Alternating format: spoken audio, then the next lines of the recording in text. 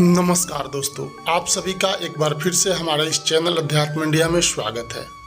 दोस्तों, क्या आपने कभी सुना है कि किसी नदी के किसी पत्थर को भगवान के तुल्य माना जाए? इस प्रश्न का जवाब केवल एक नदी नर्मदा नदी में ही मिल सकता है। कहते हैं कि यहाँ पर हजारों लोग रोज नदी के किनारे पत्थर तलाशने पहुँचते हैं। पौराणिक कथा के अनुसार इन पत्थरों को भगवान शिव की उपाधि प्राप्त है। पुराणों में बताया गया है कि इस नदी के पत्थरों में शिवलिंग स्वयं प्राण प्रतिष्ठित रहते हैं, यानी उनमें भगवान शिव का अंश माना जाता है। कहते हैं कि इसे नियमित रूप से स्नान कराने और पूजन से घर के सभी दोष दूर हो जाते हैं। इतना ही नहीं, इससे ग्रह बाधाएं भी दूर होती है।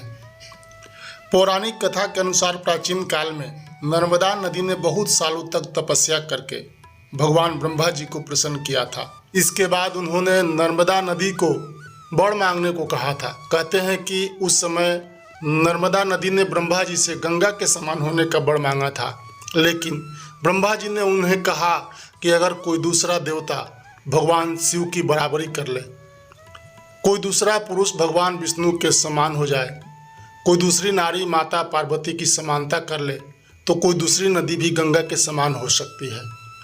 ब्रह्मा जी की ये बात सुनकर नर्मदा नदी उनके वरदान का त्याग करके काशी चली गई।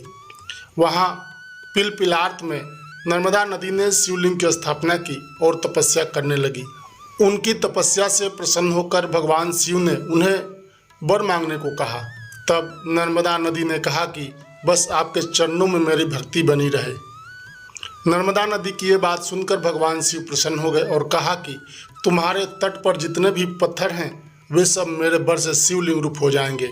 आगे भगवान शिव ने कहा कि गंगा में स्नान करने पर शीघ्र पापों का नाश होता है, वहीं यमुना में 7 दिन और सरस्वती में 3 दिन स्नान करने से पापों का नाश हो जाता है, लेकिन तुम्हारे सिर्फ दर्शन मात्र से ही संपूर्ण पापों का नाश हो जाएगा। इतना ही नहीं, तुमने जिस नर्मदेश्वर शिवलिंग की स्थापना की है वे पुण्य और मोक्ष देने वाला होगा।